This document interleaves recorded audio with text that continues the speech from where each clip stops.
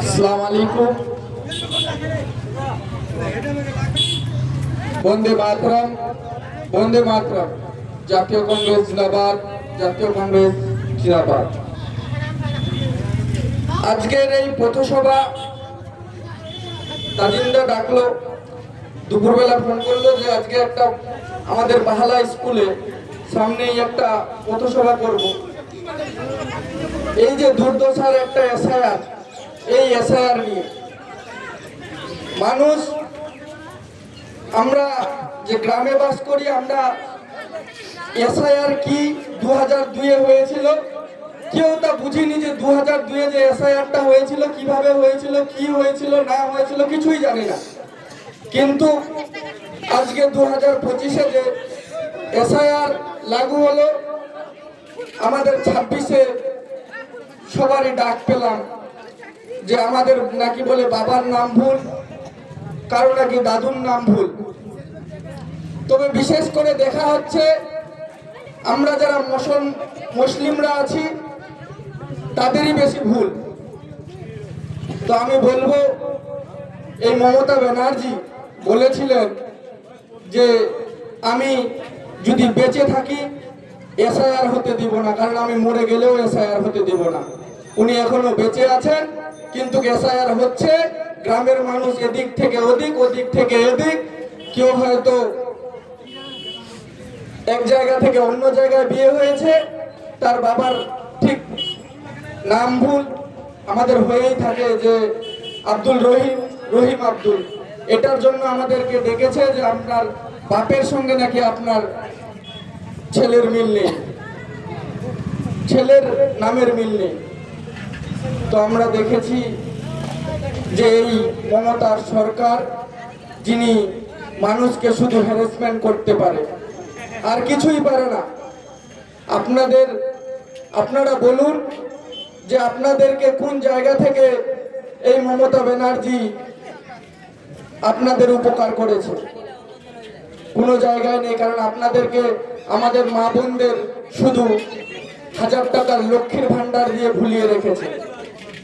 কিন্তু সেই ঘরে লক্ষ্মীর ভান্ডার তো ঢুকেছে ঠিকই, কিন্তু সেই ঘরের যে লক্ষ্মী খুঁজে পায়নি এখনো আমার সেই বাবারা, তাদেরকে কি বলবেন?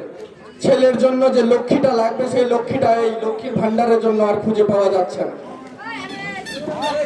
তাই বলবো, আজকের দিনে আমরা সবাই হ্যারাসমেন্ট হচ্ছি, কিচ্ছু করার নেই। কারণ আমরা দুহাত ভরে এই মমতা ব্যানার্জিকে ভোটটা দিয়েছিলাম, কারণ আমরা ভেবেছিলাম, তিনি নাম দিয়েছিলেন এই সরকারের মা মাটি মানুষের সরকার। সেদিন আমরা বুঝতে পারিনি যে তিনি এই মা মাটির মানুষের সরকারকে বিক্রি করে বিজেপির হাতে তুলে দিবে। আমরা খুব দুঃখিত যে এই বিজেপি সরকার আর এই তৃণমূল সরকার দুটাই এত অপদার্থ যে মানুষের কোনোদিনও তারা ভালো চায়নি। তারা 26,000 চাকরি খেলো, তারা বালি চুরি করলো, তারা কয়লা চুরি করলো, সবকিছুতেই তাদের নাম চুরির নাম। কথা বলতে বলতে একটা কথা মনে পড়ে গেল। একদিন আমি সমসপুর থেকে রায়গঞ্জে গেছি।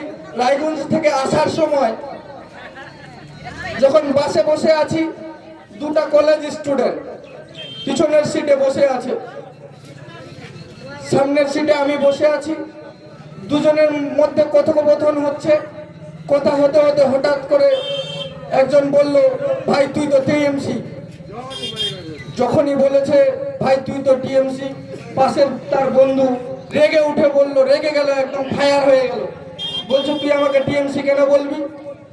আমি বললাম, বাপরে বাপেদের মধ্যে যে টিএমসি বলাতেই এত কি ব্যাপার? তখন যখন তাদের মধ্যে আবার শান্ত ফিরে আসলো, তখন আমি জিজ্ঞাসা করলাম, ভাই তোকে টিএমসি বললো? একটা টিএমসি তো একটা রাজনৈতিক দলের নাম, তো তুই রেগে গেলি কেন? তো আমাকে বলছে, দাদা আমরা দেখেছি যে দিনগুলো গেছে, চাকরি চুরি করছে কে? আমি বললাম টিএমসি। বলছে কয়লা চুরি করছে কে? টিএমসি। আমি বললো বালি চুরি করলো কে? টিএমসি। তখন আমি বললাম, তো তুই রাগ করার তোর কি আছে? বলছে আমাকে টিএমসি বললো তো আমার রাগ হবে না। আমি বললাম কেন রাগ হবে? বলছে টিএমসি মানেই তো চোর, ও যদি আমাকে চোর বলে তো আমার চোর বলে আমার রাগ হবে না। আমাকে রেগে গিয়ে বললো। আমি বললাম বাপরে বাপ, ঠিকই তো। আজকাল যদি বাসে বটে কোনো শিক্ষিত ছেলেকে কেউ টিএমসি বলে তো সেই ছেলেটা রেগে যায়। কারণ কেন? কারণ টিএমসি মানেই চোর। যে কোনো কিছুতে তাদের যদি হাত লাগে সে চুরি করতে বাধ্য হবে। তাই আপনার শিক্ষিত ছেলেটাকে আপনারা ভালো জায়গায় পৌঁছাতে গেলে আপনাকে দুহাত ভরে যদি কাউকে ভোট দিতে হয়, সেই দলটা হচ্ছে কংগ্রেস। কংগ্রেসকে ভোট দিবেন। আপনাদের আগামী প্রজন্ম ইনশাআল্লাহ আপনাদেরকে শিক্ষা সবকিছুই দিবে, চাকরি দিবে, সবকিছুই দিবে। কিন্তু আমরা 2011 থেকে আজকে 26, মোটামুটি 15 বছর হয়ে গেল এই সরকারের। আপনাদের ঘরে হয়তো চাকরি নেই, কোনো কিছুই নেই। আমি বলবো আপনারা দয়া করে কংগ্রেসের সাথে আসুন, আপনাদেরকে শান্তি ফিরিয়ে নিয়ে আসুন।